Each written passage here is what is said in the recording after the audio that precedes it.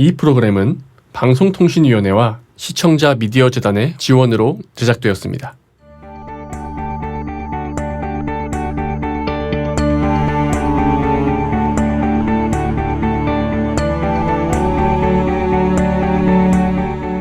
기후변화와 에너지 위기를 극복하기 위한 작은 움직임. 지구를 위해 우리가 할 수 있는 것. 그 첫 번째 시간, 지금 시작합니다.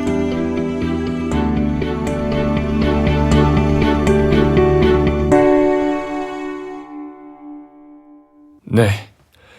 지구를 위해 우리가 할 수 있는 것 1편 시작이 됐는데요. 일단 저희가 기후변화와 에너지 위기에 대해서 또 성남시에서 어떤 것들을 하고 있고 어떤 것들도 더 할 수 있을지 이런 것들을 좀 얘기를 해보려고 해요. 네. 이제 사실은 기후변화, 어떤 우리가 인류가 위기다 이런 말들이 많은데 네.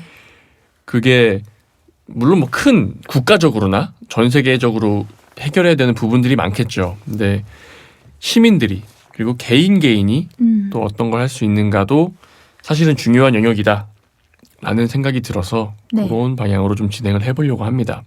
일단 먼저 1편에서는 우리가 기후변화가 어떻게 되고 있고 에너지 위기가 뭔지를 좀 이렇게 개론처럼 좀 이렇게 알아봐야 또 우리 그렇잖아요. 네. 다짜고짜 갑자기 에너지 이렇게 합시다 이러면 조금 이제 뜬금없다. 네. 그런 느낌이 들기 때문에 어느 부분에서 좀 문제가 있는지 네. 어떤 것들이 조금 우리가 노력을 해야 하는지 정확히 조금 알고 그거에 대해서 제시를 하고 얘기를 해봐야 할 것 같습니다. 네. 일단 저희가 또 이제 이런 거 좋아하기 때문에 참고 문헌 좋아하기 때문에 네. 찾아보다가 네. 그 서울대학교 아시아 연구소에서 2023년 아시아 정세 전망이라는 그 시리즈가 있어요. 네. 거기에 기후변화와 에너지 위기 및 재해라는 편이 있더라고요. 네.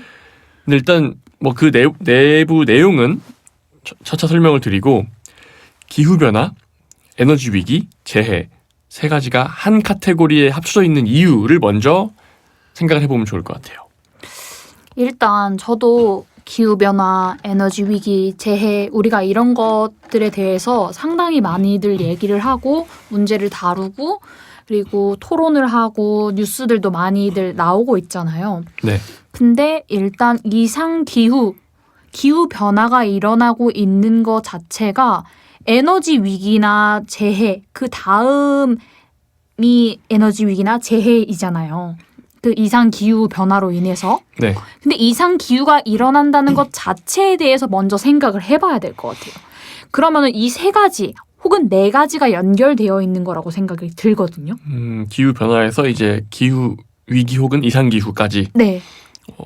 일단은 그 에너지와 기후가 뭐가 연관이 있냐? 네. 많이 아실 거예요, 사실. 그렇죠. 우리가 산업혁명 이후에 기본적으로 화석연료, 네. 보통 얘기하는 석유와 석탄 같은 것들로 대부분의 발전을 진행을 했고 현재도 굉장히 큰 비율입니다. 사실 우리나라 같은 경우만 해도 이제 화석연료를 기반으로 한 에너지가 아직도 제가 알기로는 절반 수준이 돼요. 네. 많이 대체하려고 노력을 하고 있지만 절반 이상인 걸로 알고 있습니다. 아무래도 가장 오래 써온 거고 가장 방식이 편리하고 네. 물론 이제 원자력이나 수력, 풍력 같은 것들이 있지만 태양 발전도 있고요. 아직은 이제 효율이 엄청나게 극대화되지 않기 때문에 네. 아직까지도 화석연료가 주된 연료. 그러니까 또 이제 우리 그 중동 지역이나 산유국이라고 하죠. 그쵸. 그 행님들 네. 굉장히 또 부유한 삶을 유지하고 계시고요. 네. 근데 이 화석연료는 네. 결국 탄소를 만들어내게 됩니다. 그리고 그 탄소가 이제 온실가스라고 하죠. 네. 대표적인 온실가스 중에 하나인데 지구를 점점 더워지게 하는 네.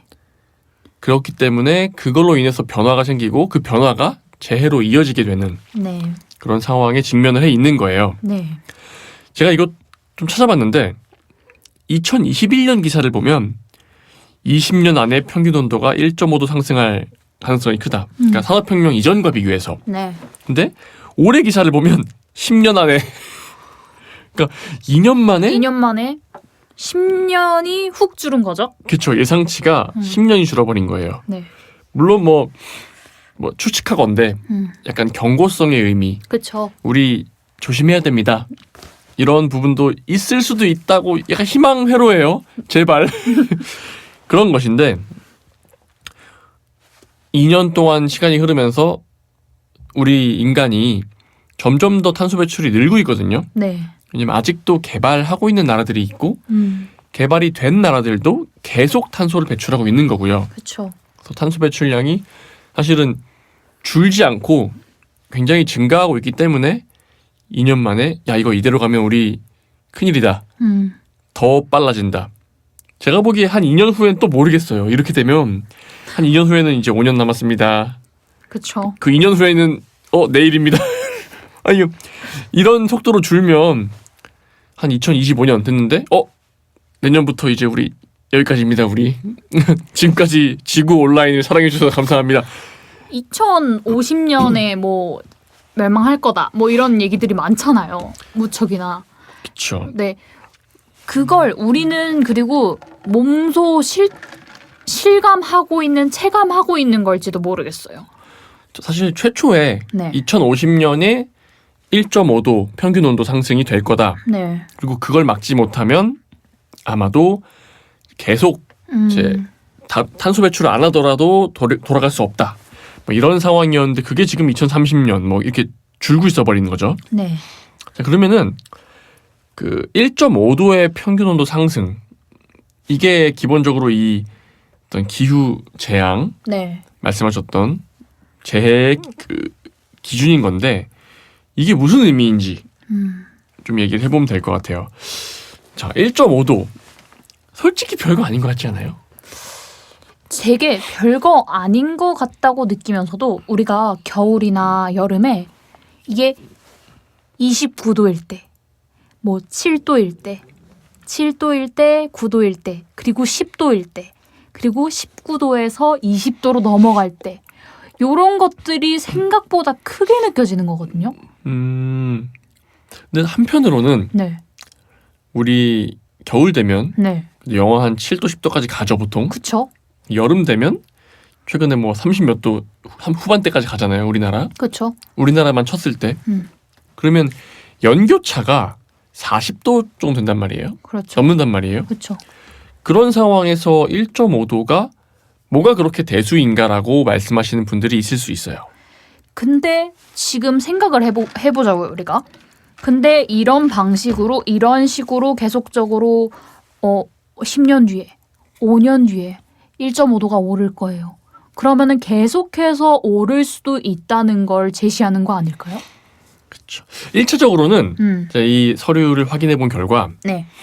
1.5도 상승이 우리가 그냥 떠오르는 그냥 1도 뭐 약간의 차이 뭐 약간 목욕탕 갔을 때 네. 그 온탕과 좀 뜨끈탕의 차이 뭐 이런 느낌이 아닌 거예요. 그쵸. 그러니까 평균 온도가 1도라는 거는 그 지구의 평균 온도 1도를 올리기 위한 총 에너지량을 생각해 봐야 되는 거예요. 사실은 우리가 연교차가 이렇게 있고 해도 네. 결국에는 우리나라도 평균 온도가 있잖아요. 네. 딱 전체를 쫙 비교했을 때 평균 온도가 있는데 그 총 에너지가 1.5도가 올라간다는 얘기가 결국에는 더운 지역은 더욱더 확 더워지고 네. 그걸로 인해서 이제 생겨나는 변화가 우리가 예측할 수 없는 단계로 간다고 하더라고요. 지금도 사실 어떤 지역에 산호의 30%인가가 이제 폐사하고 이런 일이 벌어지는데 이게 어떤 거냐면은 1.5도 에너지가 바뀌면 지구의 이제 큰 해류 네. 같은 것이 바뀌고 지구의 어떤 기단이나 뭐 대기가 움직이는 것들도 바뀌어 버린대요. 네. 그러면서 이게 사실은 정확히 예측할 수가 없는 거예요. 어떤 지역은 확 그 추운 지역은 더 이상 돌지 않기 때문에 더 추워지고 더운 지역은 말도 안 되게 그 에너지가 몰려서 더워지고 그 과정에서 바닷물도 온도가 올라가서 지금처럼 이제 산호가 죽게 되고 산호가 죽으면 사실 이게 굉장히 많은 문제가 생기거든요. 네. 물고기들도 덩달아 폐사하게 되고 네. 그런 말이 있어요. 우리나라가 아니라 세계적으로 뭐 아마존이 지구에 협하다 얘기하는데 실질적으로 어떤 지구에 산소를 공급하는 것들은 해조류라고 하더라고요. 네. 혹은 뭐 식물성 플랑크톤이나 해조류들이 이 정도의 이제 변화가 생기면 굉장히 심각한 폐사를 하게 된다. 그래서 우리가 지금 이미 보고 있잖아요. 태풍의 규모 네. 혹은 비가 오는 규모, 폭염이 오는 규모 네. 같은 게 우리가 그 기사에서 보면 뭐 무슨 200년 만에 뭐 100년 만에 최대 얘기하는데 네. 그게 무슨 말이에요? 100년 만이면 뭐 100년 전에 있었나 보네. 이게 아니거든요. 왜냐면 우리가 날씨를 기록하고 관측하고 했던 게 그때부터인 거예요. 네. 현대적으로. 그쵸. 그 말인즉슨 아마도 예상컨대 인류 역사상 최대라는 말로 해석을 해야 돼요. 그러니까 그 정도의 변화가 지금 벌어질 예정인 건데, 근데 제가 그 보니까 임계점을 1.5도 혹은 2도로 보더라고요. 상당히 우리한테 느껴지기에는 엄청 작은 수치인 것 같은데 엄청 큰 수치인 거죠, 그럼? 그렇죠. 그 학자들이 예측하는 바에 따르면은 1.5도일 때 피해량보다 2도 상승했을 때 피해량이 한 10배가 될 수도 있다. 네. 우리가 뭐 그냥 상투적으로 뭐 나비 효과 뭐 이런 얘기를 하는데 그 작은 차이에서 그 지구 전체의 0.5도만큼의 평균 온도를 가져올 에너지가 한 군데에 몰렸다.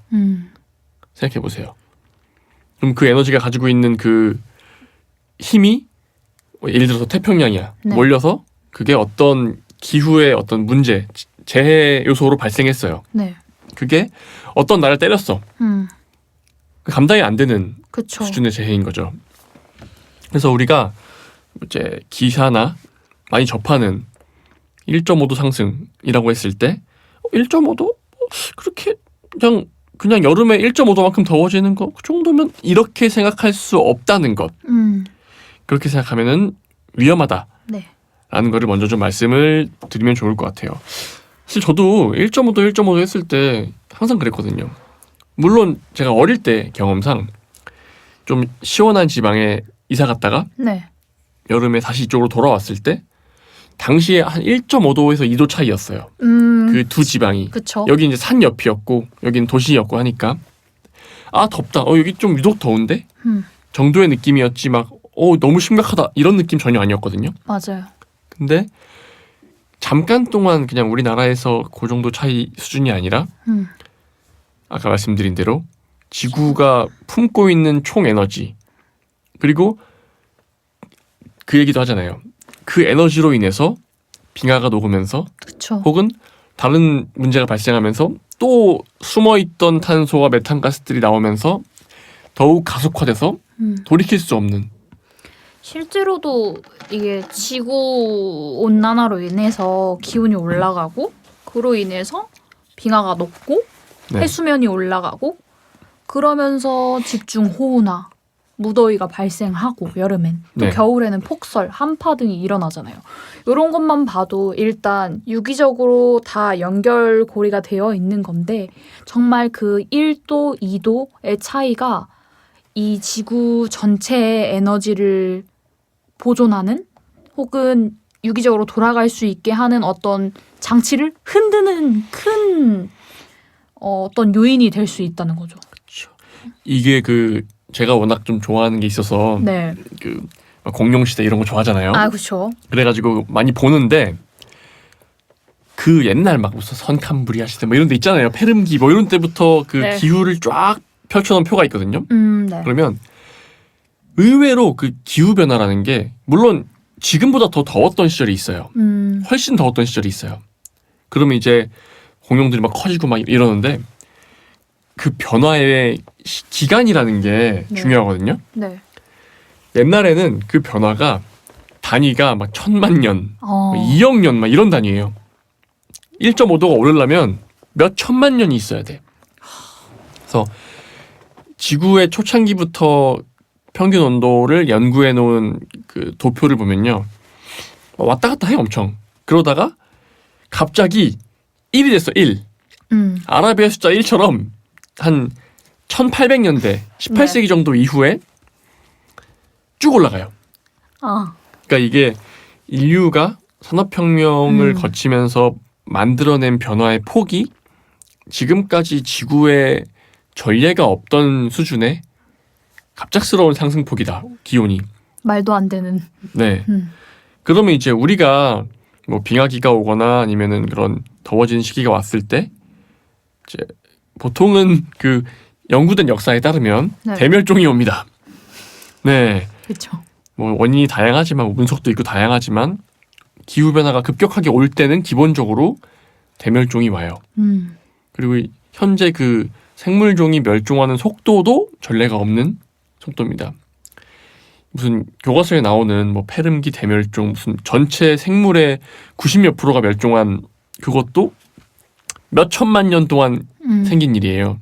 근데 지금 현대에 한 몇십 년 단위에서 갑작스럽게 멸종한 종수도 굉장해요. 그러니까 사실은 이게 우리가 피부로 확 느끼기 어려울 수 있어요. 우리나라 사람들은. 네. 왜냐면 그 사계절을 그냥 항상 겪어온 사람들이기 때문에 그냥 그 약간 우리 찐만두잖아요. 그렇죠. 냉동만두였다가 찐만두 되고 왔다 갔다 하잖아요. 그렇죠. 우리들은 만두기 때문에 그런 온도 변화에 대해서 이제 조금 덜 느끼는 부분이 분명히 있을 수 있어요. 네. 이게 지금 얼마나 큰 문제들로 만들어지고 있는지 조금씩 이제 체감을 하게 되고 있고 앞으로 점점 더 체감하게 되지 않을까라는 어떤 두려움 같은 것들 좀 듭니다. 네. 지금 제가 말씀드린 그 1.5도, 2도 뭐 여기 얘기가 네. 이제 파리 협정이라는 전 세계적으로 모여가지고 야 우리 이거 안 되겠다, 이거 큰일 나겠다 이렇게 해서 우리 화석 에너지를 좀 줄이자라고 얘기한 그런 게 있어요. 네. 거기서 나왔던 얘기입니다. 그리고 뭐 1.5도와 2도가 얼마나 차이가 있고 왜 2도가 임계점이 아니라 1.5도로 정했는지조차도 거기서 다 나왔던 얘기들인데 네. 그래서 전 세계적으로 이제 에너지 위기를 극복하기 위해서 우리 좀 노력합시다. 뭐 이런 얘기들을 많이 하고 있어요. 네. 때문에 뭐 기후 위기 대응 지수 뭐 이런 것도 만들어 가지고 우리 얼마나 서로 잘하고 있나 계속 체크합시다. 뭐 이런 게 있습니다. 네. 저희가 확인해 봤습니다. 2023 기후 위기 대응 지수 우리나라 60개 국가예요. 네. 59개국 및 유럽연합에서 60개가 참여하고 있는 대상인데 60위입니다. 네. 네. 바닥이네요. 그렇죠.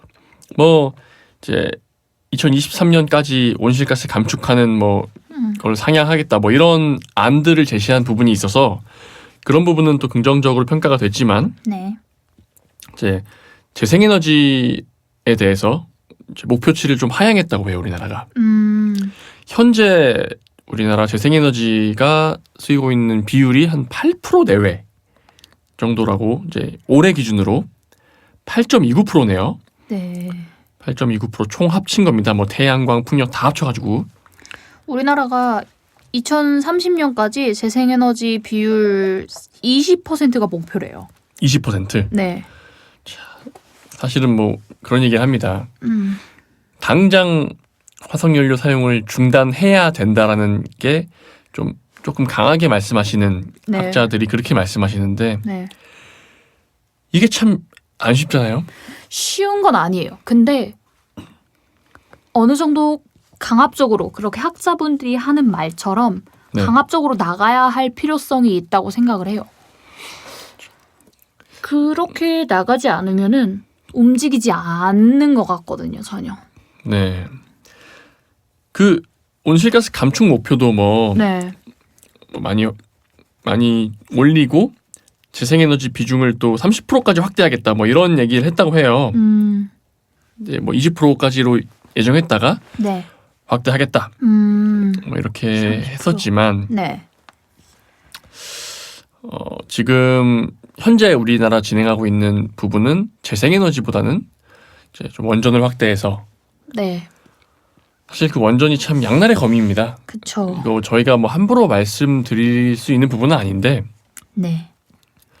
기본적으로 그 원자력 발전을 하고 나서 나오는 그 방사능 폐기물이 안전 문제가 없다라고 한다면 굉장히 온실가스가 발생하지는 않는 건데 네. 아직은 인류가 방사능 폐기물을 완벽히 제어할 수 있는 기술이 나오지 않았다라는 게 이제 걱정이 되는 부분이죠. 그쵸. 어쨌든 방사능 폐기물은 계속 만들어지는데 음. 그 방사능 폐기물은 또 그야말로 처리가 되려면 현재 상태로는 그것도 한 10만 년 단위예요. 이게 그런 것들을 제거하는 데는 10만 년, 몇십만 년이 걸리는데 우리가 발전을 하는 속도는 빠르지만 네. 지구가 꺾이는 속도도 빠르잖아요, 지금. 꺾인다는 게 너무 좀 무서운데 약간. 더 심하게 말하려고 하다가 좀 참았어요. 네. 네. 참 그 기후변화 대응 지수가 지금 우리나라가 꼴찌인 것들을 세부적으로 보면은 네. 4개의 평가 항목 중에 3개에서 매우 미흡, 매우가 아니죠. very low라고 베리로. 해요. 네. 온실가스 감축이 56위, 네. 재생에너지가 51위, 그리고 기후정책이 50인데 에너지 소비가 60위라고 합니다. 그리고 기후정책만 미흡이고 나머지는 그냥 매우 미흡이야. low and very low. 미흡이 아닌 게 없는 거죠. 그렇죠. 참 그 에너지 소비라고 하니까 또 이제 생각이 듭니다. 에너지를 어떻게 만드는가 또 중요하지만 결과적으로는 에너지를 어떻게 사용하는가가 그쵸. 지금 우리나라가 제일 미흡하다고 평가를 받고 있는 62위로 네. 뒤에서 1등을 하고 있는 게 이 부분이다. 그래서 우리가 에너지에 대해서는 얘기를 기후변화 얘기와 함께 할 만한 이유가 여기서 나오는 것 같아요. 네. 에너지를 어떻게 만드는가 그리고 어떻게 아낄 수 있을까. 어떻게 잘 사용할 수 있을까. 어차피 지금 에너지를 만들 때 완전히 뭐 재생에너지로 다 만드는 거는 현재 상황으로는 불가능하고 감축하고 있는 것도 목표가 있고 뭐 나름대로의 노력이 있지만 네. 완벽하지 않기 때문에 조금이라도 이 진행을 늦추기 위해서는 에너지 소비에 대한 이야기를 해야 될 것 같아요. 예전에 그 잠깐 화제가 됐던 아리백이라는 네. 어떤 그 기준점이 있어요. 네. 그게 뭐냐면은 Renewable Electricity RE를 음. 100% 한다. 재생에너지 전기로 100%. 그게 이제 기업 활동을 할 때 네. 기준이에요. 네. 이게 뭐 이렇게 국제 기구에서 정한 건 아니고 캠페인처럼 하는 건데 네. 우리 기업들이 나서 가지고 재생에너지로 산업을 하자. 그쵸. 사실은 개인보다는 기업이 쓰는 게 당연히 그죠. 많기 때문에 에너지가 이게 문제가 뭐냐면 단순히 뭐 기업이 이렇게 줄이고 이거에서 끝나는 게 아니에요. 캠페인이지만 네. 야 우리 좋은 일 합니다. 여기서만 끝나는 게 아니에요. 그쵸. 뭐 좋은 일 해가지고 뭐 우리는 아리백을 준수하거나 아리백을 점점 이제 비율을 늘려가는 기업을 소비하겠어라고 하는 게 끝이 아니라 특히 이제 뭐 유럽권이나 네. 이런 데 같은 경우에는 무역을 하거나 어떤 국제 관계나 외교를 맺을 때 네네. 같은 때 이거를 기준 중에 하나로. 그쵸. 그러니까 우리는 너네 재생에너지를 너무 많이 안 쓰고 화석연료를 많이 쓰네. 좀 어렵겠어. 너네 거래 안 하겠어. 라는 식으로 이제 활용되어 가는 그런 분위기라는 거죠. 네. 그래서 이거를 어느 정도 따라가지 않으면 단순히 그냥 우리가 에너지 위기 뭐 이런 문제가 아니라 당장의 경제도 점점 어려워질 수 있다라는 그런 어떻게 보면 좀 무섭지 않나요? 너네가 전기를 뭘로 만드냐에 따라서 거래를 하고 말고가 결정되는 거야. 이게 근데 전 세계적으로 이렇게 움직임을 가져가는 것 자체가 일단 큰 기업 단위 그리고 나라 단위로 움직이는 거잖아요. 그렇다 보니까 기업 입장에서는 처음에 엄청나게 많은 손실도 있을 거고 부담도 네. 있겠지만 이런 식으로 압박하고 이렇게 우린 캠페인이야 하지만 어느 정도 강압적으로 하고 있는 거잖아요. 무언의 압력 같은 무언의 느낌이죠. 압력이잖아요. 예. 소셜 프레셔. 네, 그렇기 때문에 그런 무언의 압력들이 스며들어서 기업에 들어오고 국가에 들어오기 시작하면은 그 개인에게도 뻗칠 것이 명확하기 때문에 영향력이 뻗칠 것이 명확하기 때문에 저는 이러한 움직임은 너무 좋다고 생각을 해요. 그래서 이거를 사실은 뭐 캠페인이니까 기업에 맡겨놓는다라는 개념으로 접근하면 안 되지 않을까 하는 생각을 해요. 네, 그러니까 국가적으로도 뭐 캠페인 혹은 정책적으로 네, 물론 뭐 캠페인으로만은 이제 강제력이 없으니까 네, 일정 부분은 정책적으로 이런 일들을 해야 되지 않을까. 뭐 재생에너지 비율을 늘리는 기업들에 대해서 관련된 뭐 지원이 있다든가 뭐 그렇죠. 우리 많이 있잖아. 뭐 세제 혜택 이런 것들을 많이 가잖아요. 그렇죠. 그런 것들 정책들을 마련을 해서 우리나라의 기업들이 그 아리백이라는 기준에 따라갈 수 있도록 사실은 아리백 자체는 어떻게 보면 좀 환상의 영역이야. 어떻게 현재 지금 퍼센트를.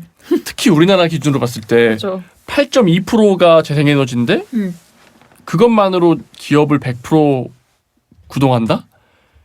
이게 안 되는 거거든요. 네, 대신에 재생에너지 비율도 늘려가면서 국가적으로도 그리고 기업에서도 그 비율을 뭐 20%, 25% 이렇게 점차 늘려가고 이게 제가 듣기로 그 외교나 뭐 국제 어떤 관계, 뭐 협약, 협정 이런 게 이게 중요하대요. 당장 우리가 뭐 얼마나 배출하고 있고 온실가스를 네, 이런 부분도 당연히 좀 눈치가 보이는 부분이지만 우리가 이런 노력을 하고 있는데 이런 지표의 변화가 있었는데 라는 게 되게 중요하대요. 맹분. 그렇죠. 그래서 뭐 이거 좀 다른 얘기지만 과거에 이제 미세먼지가 굉장히 큰 화두로 떠올랐을 때도 네, 국내 원인들을 조사해서 그 원인들을 감축하기 위해서 어떤 노력을 하고 있다라는 거를 굉장히 열심히 연구를 해야 한다고 하더라고요. 보통 미세먼지가 많이 나오면 뭐 특정 나라에서 편서풍 타고 온다 네, 이렇게들 많이 말씀하시는데 예, 그게 맞더라도 그쵸. 그걸 주장하기 위해서는 우리가 어느 정도 줄이고 있고 노력하고 있다는 걸 증거로 제시를 해야 하는 거죠. 그렇죠. 우리가 이만큼 했는데 음, 국내 원인을 이만큼 감축했는데 음, 안 변하잖아. 그러면 원인이 뭘까요? 라고 얘기할 수 있는 네, 그게 국제 어떤 외교의 방식이라고 하더라고요. 그래서 우리가 요구할 수도 있죠. 어쩌면 그렇죠. 단순히 뭐 약간 협박 같기도 한데 야 너네 그 에너지 위기, 기후 변화 우리 모두의 얘기인데 우리 미흡했던 거 알아. 근데 이 정도로 우리가 빠르게 감축을 하기 위해 노력을 하고 있고 실제로 감축하고 있어. 그러니까 우리랑 또 더 많은 더 좋은 거래 하려면 터줘. 그걸 우리가 기반으로 좀 더 감축해 볼게. 노력할게.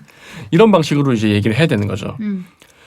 사실은 이제 이것도 조금 여담인데 뭐 조금 씁쓸한 부분도 있습니다. 이런 정책들이 예를 들어서 특히 개발도상국 같은 경우에 아직은 화석연료가 네, 가장 편리한 발전의 방식이고 당연하겠죠. 그렇죠. 비용이 적고 그들은 이제 개발을 이제 해야 되는 즈음인데 네, 화석연료 그 전에 수많은 선진국들이 네, 많이 배출했는데 왜 우리가 발전하려고 하니까 못하게 하냐 이런 시각도 있어요. 네, 솔직히 말하면 그 말도 이해는 됩니다. 그렇죠. 산업혁명이 이루어진 국가들 거기서 그동안 200년간 배출해온 화석연료들 네, 그걸 이제 우리도 해야 되는데 못하게 하면 국가적으로 억울할 수 있거든요. 그렇죠. 이것도 마찬가지로 외교적으로 해결해야 될 문제가 아닐까. 예를 들어서 너네가 발전을 하는데 신재생 에너지의 비중을 높게 가져가면 우리가 어떤 산업 발전하는데 어떤 기술 지원이나 어떤 자금적인 투자 네. 같은 걸 해주겠다. 그렇죠. 이거 충분히 외교적으로 혹은 국제적인 분위기로 만들어갈 수 있지 않을까 싶어요. 너무나 긍정적인 거죠. 왜냐면은 이게 사실 좀 너무 이제 우리가 좀 베푼다 이런 느낌으로 볼 수도 있지만 그게 아니에요. 살아야 되잖아 일단. 그렇죠. 일단 전체가 다 살아야 되는 환경이기 때문에 신재생 에너지를 사용을 하자잖아요. 그리고 지금 이미 산업화가 충분히 되고 선진국이 된 나라들에 비해서 개발도상국들이 보통은 인구가 많아요. 그렇죠. 그리고 출산도 많이 하는 편이고 네. 인구가 좀 더 늘고 있습니다. 보통. 네. 그 말인즉슨 그 나라들이 본격적으로 산업화를 하면서 화석연료를 빵빵 쓰면 답이 없다. 그렇죠. 그 나라들이 이제 우리가 원래 해온 것처럼 네네. 인류가 원래 산업화 해온 것처럼 똑같이 그 길을 밟으면 다른 나라들이 뭐 선진국이라고 하는 다른 나라들이 아무리 감축을 하려고 노력을 해도 이제 답이 없다. 네. 그래서 이런 부분도 사실 지금 뭐 60개국이라고 했잖아요. 네. 그 감축 기후위기 대응 60개국이면 어느 정도 산업화가 좀 진행된 나라들이라고 봐야 되거든요. 네. 왜냐면 전 세계 나라가 뭐 수백 개 있으니까 그러면 그 60개국 외에는 어떻게 할 거야? 그렇죠. 그것도 얘기를 좀 했으면 좋겠어요. 저는 개인적으로. 저희 방송의 주제치고는 좀 넓게 가고 있는 부분입니다. 지금. 네. 이러니까. 네. 이러기 때문에 조금 개요적인 접근을 하고 있는데 개발도상국들 그렇다고 개발을 못하게 막을 수는 없잖아요. 그렇죠. 그 사람들도 문명의 혜택을 누리기 위해서 하고 있는 거니까. 네. 그것도 일종의 산업이고. 그러니까 파리 협정의 그 연장선에서 이번에 뭐 파리 말고 좀 개발도상국 어딘가로 가는 거죠. 딴 데 가서 모여가지고 협정하는 겁니다. 우리 어떤 일정 GDP 이하 아니면 일정 개발 지수 뭐 이하 뭐 이런 기준이 있을 거예요. 네. 그런 이하인 나라들의 개발을 하는데 지원을 합시다. 재생에너지로 많이 쓸 수 있도록. 네. 이게 뭐가 문제냐면은 석유 같은 거는 사와서 넣으면 돼요. 재생에너지는 뭔가 설비를 많이 해야 됩니다. 필요하죠. 설비를 많이 해야 되고 설비 투자하는 거에 비해서 효율이 아직은 떨어져요. 네. 그 태양광 에너지를 네. 그 태양열 전지에 태양 그 에너지가 때리는 거를 100% 쓸 수 있으면 모든 문제 해결된대요. 아. 그게 제가 지금 정확히 기억하는 거 아니었는데 네. 아닌 것 같은데 그 태양력 발전의 효율이 한 자릿수였던 거 기억해요. 그러니까 실제로 태양에서 오는 에너지를 그 전지판으로 받은 거가 네. 대부분이 손실되고 전기로 바뀌는 건 극소수 이런 방식이거든요. 우리나라만 해도 그 어떤 뭐 사업자들이나 아니면은 이렇게 그 사무실 같은데 기업 사무실 같은데 그 태양광 에너지 그 전지 받는 거를 설치를 하면은 보조금을 주잖아요. 네. 보조금을 주는데 그렇게 많은 보조금을 준다고 하고 설치해라 하는데도 설치 안 하는 이유가 뭐겠어요? 귀찮아서? 그렇죠. 아니죠. 초창기에 네. 태양광 발전 초창기에 이제 뭐 귀농하시는 분들이나 이런 분들이 네. 설치해 놓고 전기를 많이 안 쓰시니까 그렇죠. 계속 날 좋을 때 발전해가지고 오히려 전기를 한전에 되팔기도 한다 뭐 이런 얘기 나오면서 네. 잠깐 붐이 좀 불었어요. 근데 이제 태양력 전지 충전하는 그 설비의 기본 가격도 기본적으로 억대였고 당시에 네. 게다가 효율이 떨어지면서 그 유지 관리하는데 네. 그게 또 좀 시간이 지나면 뭐 교체도 해야 되고 수리해야 된다고 하더라고요. 맞아요. 그런 현실적인 문제 때문에 막 이렇게 쉽게 설치하지 못하는 부분도 있었다고 하더라고요. 네. 그런 부분은 또 뭐 개인이 어떻게 할 수 있는 부분은 아니야. 솔직히 말하면 그렇죠. 국제적으로 혹은 국가 단위로 그런 기술들을 상승시켜야죠. 이게 보조금을 받고 어느 정도 지원을 받아서 그 신재생 에너지를 만들어낼 수 있는 기구나 아니면은 그런 것들을 지원을 받아서 설치를 하잖아요. 네. 그러면은 국가 단위에서 지원을 해주는 거에서 끝나지 않고 계속적으로 관리를 하고 잘 사용을 하고 있는지 네. 검토도 해줘야 되고 그리고 어떤 캠페인이라던가 이런 것들이 계속 진행이 되어야 될 것 같은데 그냥 어떤 보조금 땡 설치 땡 하고서 멈춰버리니까 계속 우리는 편한 걸로 자꾸 돌아가려고 하잖아요. 그렇죠. 네. 뭐 난로 이런 것도 네. 당연히 또 화석 연료를 덜 쓰는 네. 방식이 있을 테지만 네. 시골 가봐요. 대부분 다 등유 난로입니다. 네. 등유 보일러예요. 맞아요. 그러니까 그게 현재 상황에서 가장 편리하기 때문에 그렇죠. 정말 웬만한 의지가 있지 않는 이상 사용하기 힘들어요. 그러니까 기업에 대해서는 뭐 지원이든 아니면 정책적인 어떤 부분으로 해결을 해야 되는 부분이 있고 네. 개인의 노력도 뭐 비중이 적다고 해도 어쨌든 가정용으로 쓰는 어떤 에너지들도 그래도 두 자릿수를 차지하고 있어요. 네. 그러면 가정용을 어떻게 우리가 에너지 소비를 줄일 것인가 혹은 더 재생 가능한 혹은 효율적인 네. 사용할 것인가도 생각을 해봐야 되는데 이것도 말씀드린 뭐 캠페인에서 네. 끝나면 안 되죠. 그리고 그쵸. 단순 지원에서 끝나도 안 되죠. 안 되죠. 뭐 저희가 이제 다음 방송쯤에 계속 말씀드릴 거지만 네. 뭐 전기차 보조금 네. 이런 거 전기차를 샀는데 충전할 데가 없어가지고 못 쓰는 사람도 봤습니다. 저는. 그렇죠. 네.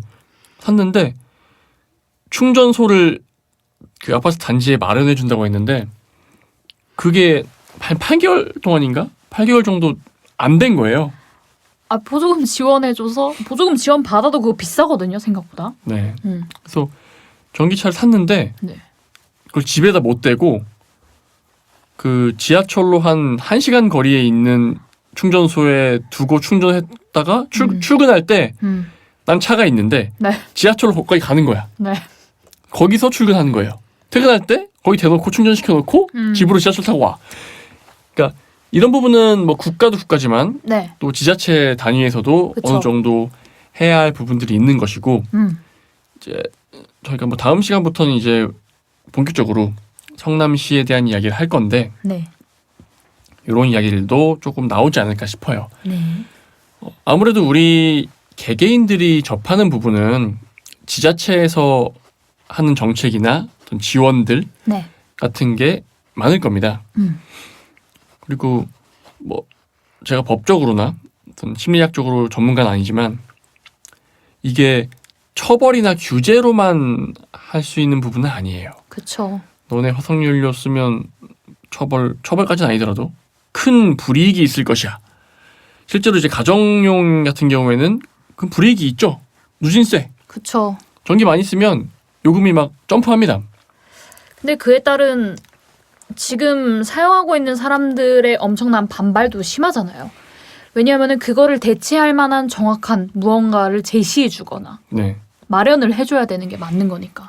그래서 아니면 전기를 적게 쓰면 깎아주든가. 깎아주든가. 그러니까 이제 어떤 방향으로 우리가 해나가야 될 것인지 개인은 개인이고 네. 또 국가는 국가, 기업은 기업, 네. 또 지방자치단체는 단체별로 이런 얘기들을 좀 세부적으로 앞으로 방송 제작을 하면서 진행을 해보려고 합니다. 그러면서 원래 저희 계획상으로는 어떤 낭비되는 에너지가 뭐가 있을까 이런 것들이었는데 그런 것도 얘기하면서 네.